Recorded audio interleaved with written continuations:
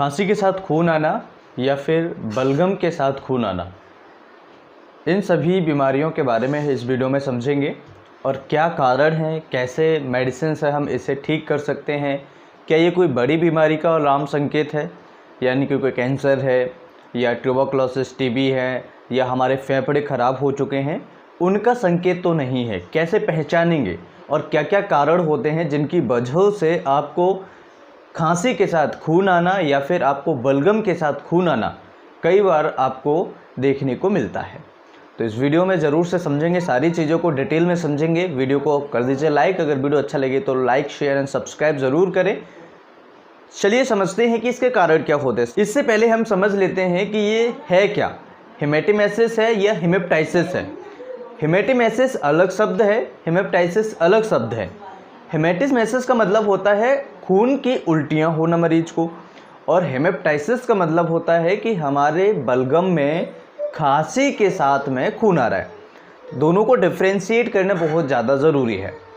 अगर बात करें किसी को ब्राइट रेड ब्लड मुंह से निकल रहा है, मुंह से आ रहा है, तो ऐसी सिचुएशन में हम क्या करें। कई बार ये आपको फेफड़ों से आता है, लंग्स से आता है, और कई बार ऐसा ब्लड हमारे स्टमक से आता है जिसे हम खून की उल्टियाँ भी कहते हैं। अगर किसी मरीज़ को खून की उल्टियाँ 3-4 हो जाएं तो बहुत ज़्यादा सीवियर कंडीशन उस मरीज़ के लिए हो सकती है। उस पेशेंट को तुरंत से तुरंत हॉस्पिटल ले जाने की कोशिश करें और उसे इमीडिएटली ट्रीटमेंट दिलवाने की कोशिश करें। अगर फिर भी कोई ऐसी सिचुएशंस है जहाँ पर हमें कोई ज़्यादा ब्लीडिंग नहीं हो रही है लेकिन मुंह से खून आ रहा है, तो क्या हमें संकेत हैं, क्या इसके कारण हैं। देखिए, हेमेप्टाइसिस का मतलब होता है हमें बलगम के साथ खून आना या फिर जब हम खांसते हैं तब खून आना। और अगर किसी मरीज को उल्टी हो रही है खून की तो वो हेमेटिमेसिस है। हेमेप्टाइसिस के कारण हम समझ लेते हैं। सबसे पहला होता है कि कोई लंग्स में इन्फेक्शन हो, जैसे कि ट्यूबरकुलोसिस है, दूसरा कैंसर है, तीसरा ब्रोंकाइटिस है। कई बार निमोनिया होने की वजह से, सीवियर निमोनिया जिनको हो जाता है, लंबे समय से निमोनिया होता है, ऐसे पेशेंट्स में भी कई बार खून की जो छोटे छोटे धब्बे हैं बलगम के साथ में देखने को मिलते हैं। इसके अलावा हो सकता है मरीज को नोज़ में कोई चोट लगी हो, नोज़ ब्लीडिंग हो रही हो सकता है किसी मरीज को गम्स हो यानी कि मसूड़े हों, हो सकता है किसी मरीज को छाले हों, या हो सकता है किसी मरीज को श्वास नली में कोई थोड़ा बहुत लगी हो, चोट लगी हो, ट्रॉमा हो, या यूं कहें कि अगर किसी मरीज को ईसोफेगस की नली में कोई चोट है या वेरिसिस है, तो ऐसी सिचुएशन में उस मरीज को खून की उल्टियां हो सकती हैं, हेमेटिमेसिस हो सकता है। यहाँ पर हम बात कर रहे हैं हेमेप्टाइसिस के बारे में, तो हेमेटिमेसिस एक अलग हो गया, हेमेप्टाइसिस एक अलग हो गया।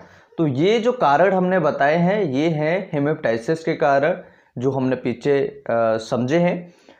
इसके अलावा काफ़ी सारे कारण और होते हैं, जैसे कि लंबे समय से किसी मरीज को लंग्स का इन्फेक्शन चला रहा है, लंग्स उसके डैमेज हो रहे हैं, फाइब्रोसिस हो रही है, या उनमें कोई चोट लगी, ट्रॉमा हो गया है, एक्सीडेंटल कोई चोट लगी है, इसकी वजह से हो सकता है। ये मोस्ट कॉमन होता है।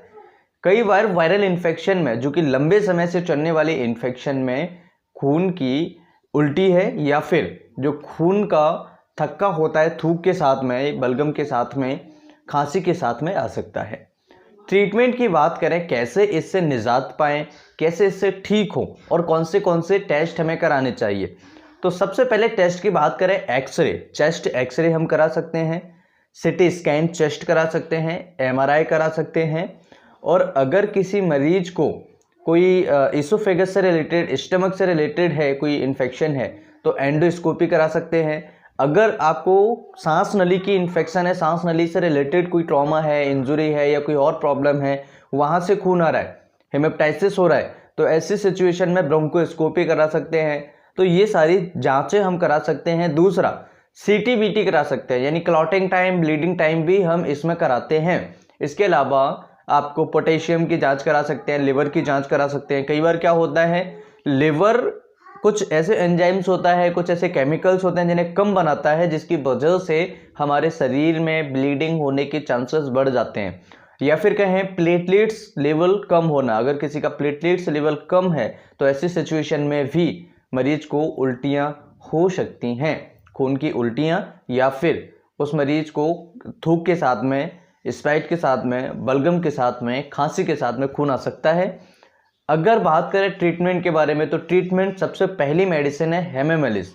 हेमामेलिस 200 पोटेंसी में आप दिन में 2 बार, सुबह एंड शाम को ले। जिनको ज़्यादा ब्लीडिंग है वो 3 बार ले सकते हैं।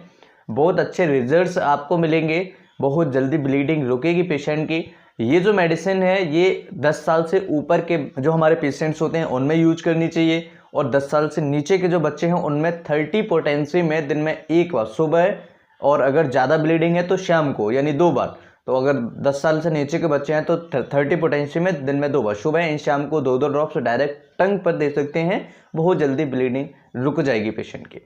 ये दवाई जो है ये नोज ब्लीडिंग में भी बहुत अच्छी काम करती है, कारगर है। अगर दूसरी मेडिसिन की बात करें तो दूसरी मेडिसिन है इपिकोकुना।